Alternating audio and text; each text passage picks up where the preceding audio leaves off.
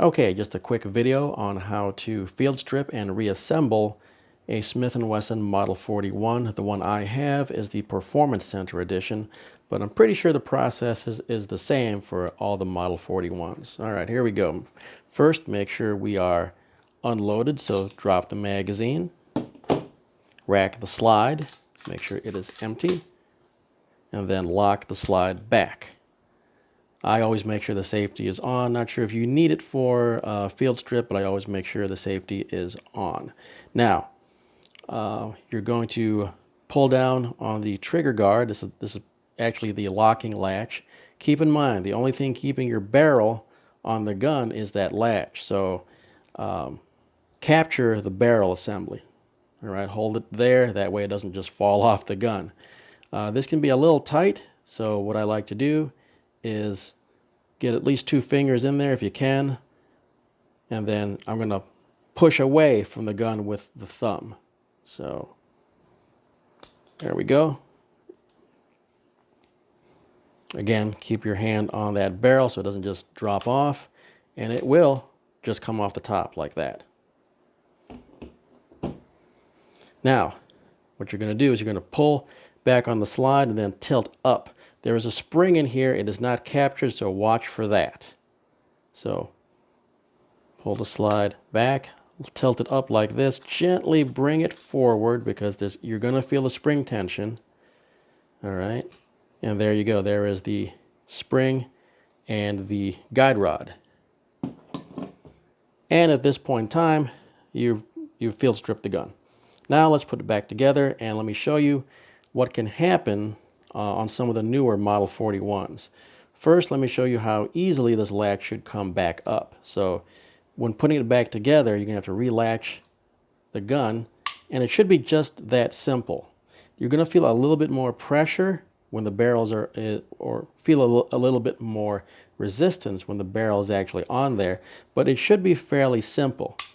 All right. Sometimes once you get the barrel on there, it can get really, really tough. Here's what you need to do. Don't fight the gun. All right. What you'll need to do is right there. See that right there? Put just a drop of oil on there. If it's like really, really difficult to get back together, just put a little drop of oil on there. All right. That's all you need. Also, while you have it apart, according to Smith & Wesson, the only parts that need oil would be this part right here on the rails. I like to put a little bit more, like on here. I often overlube my guns, but you know, it doesn't really hurt. But anyway, according to the Smith & Wesson instruction manual, here's the only part that you need to oil. So get it on the rails right there. But I will oil any part. Sorry, did I get that in on frame? It's hard to keep everything in frame when I'm doing stuff. But anyway, I like to inspect the gun anywhere that shows wear, okay, where the finish has been worn down a little bit. I'll put oil on there. And again, don't worry about over lubing an all steel gun. All right, it's not going to hurt anything. So as you can see here on the barrel, there is a little bit of, you know, a little bit of a wear indicator there. So I'll just smear a little oil there. All right, time for reassembly. Anyway, in case I didn't get it in frame, Smith & Wesson, the official oiling spot is right there.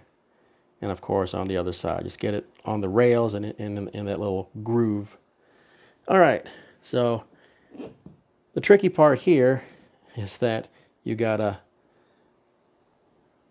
here, so this spring has to go into that little recess right there. And then this part of the guide rod has to go into that recess right there. I found that the easiest way to do this without stuff falling out while I'm trying to reassemble the gun is just to put the guide rod right in there, into that little recess. All right.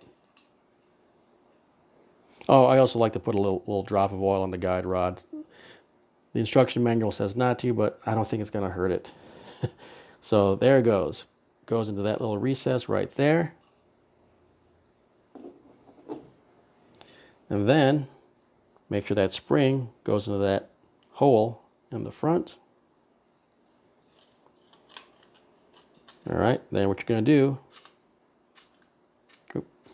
do, as I fumble around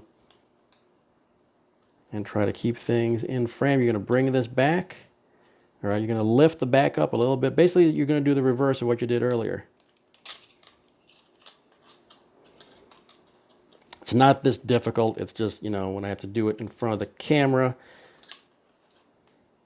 I got to line up the camera with everything else. There we go.